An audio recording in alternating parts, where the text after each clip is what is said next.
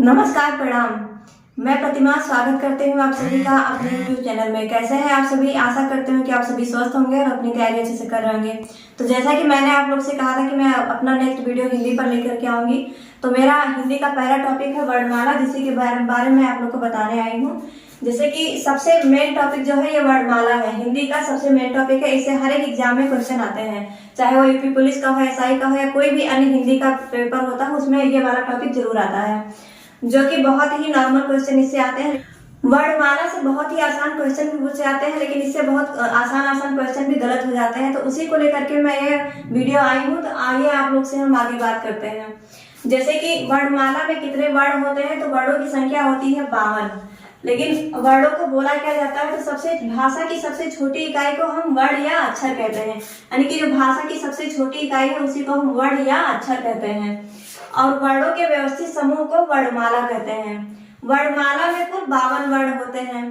जैसे कि इसमें स्वर और व्यंजन मिला करके, दोनों मिला करके होते हैं 52 वर्ण, जिसमें स्वर होते हैं 11, व्यंजन होते हैं 33, संयुक्त व्यंजन हमारे हैं 4, वही उच्चित व्यंजन हमारे हैं 2।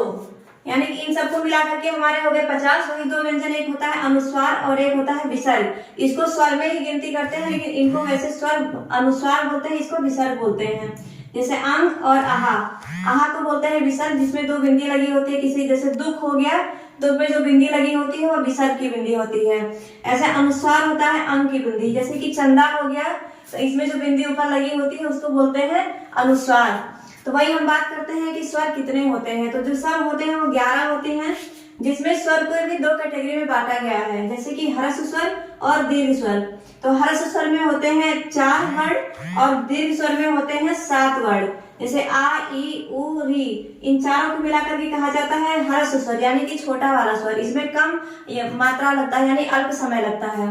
वही जो दीर्घ स्वर होता है इसकी संख्या होती है 7, और इसमें आ, ई, उ, ए, आई, ओ, आओ, ये 7 वर्ण होते हैं, जिसमें दीर्घ स्वर बोलते हैं क्योंकि ज्यादा समय लगता है, इसको बोलने में ज्यादा समय लगता है। तो ये समझ में आ गया होगा कि स्वरों की संख्या कितनी होती है, 11। आइए हम बात करते हैं मूल व्यंजन के बारे में। मूल व्यंजन जो होता है हमारा 33 होता है, और संयुक्त व्यंजन हमारा 4 होता है। वही उच्चित व्यंजन इसमें होता है 2, और अनुस्वार विसर्ग ये 2 अलग से होते हैं, इनको तो मैंने बता ही दिया। तो जो मूल व्यंजन हमारे हैं ये का से लेकर के जो माँ तक है, और फिर यार लावा से लेकर के हा तक है, इन सबको मिला करके 33 व्यंजन होते हैं, 33 वर्ण होते हैं। इन्हीं को बोलते हैं मूल व्यंजन। जैसे का, खा, गा, घा, गा, इनको बोलते हैं कंठ वर्ण, यानी ये कंठ से बोले जाते हैं। वही चा, छा, जा, झा, इया, इसको बोलते हैं तालव्य वर्ण, यानी ये तालव्य यानी तालु से बोले जाते हैं। वही टा, ठा, डा, ढा, डा, ये होते हैं मूर्धन्य वर्ण, इनको हम लोग मूर्धा से बोलते हैं। ता, था, दा, धा, ना, ये होते हैं दंती वर्ण, इसको दांतों के सहारे बोला जाता है, जीभ हमारी दांतों से लड़ती है। वही पा, फा, बा, भा, मा, ये हमारे हैं ओष्ठ्य वर्ण, यानी कि इसमें ओठ जो होता है पूरा घूमता है, इसको बोलते हैं ओष्ठ्य वर्ण। वही या, रा, ला, वा जो है हमारा अंतस्थ वर्ण कहलाता है, इसको बोलते हैं अंतस्थ वर्ण। वही ये तालव्य सा, मूर्धन्य सा और दंती सा, ये तीनों सा को हम अलग अलग कैटेगरी में बांट देते हैं। जैसे कि जो जिसको बड़ा सा बोलते हैं इसको तालव्य सा बोलते हैं, जो बीच वाला सा होता है इसको मूर्धन्य सा बोलते हैं, और जो छोटा वाला सा होता है इसको दंती सा बोलते हैं। वही जो हाँ, ये चारों मिला करके हमारे हैं उस व्यंजन। तो ये मूल व्यंजन आप लोग को समझ में आ गया होगा कि मूल व्यंजनों की संख्या 33 है, जो का से लेकर के हा तक का है।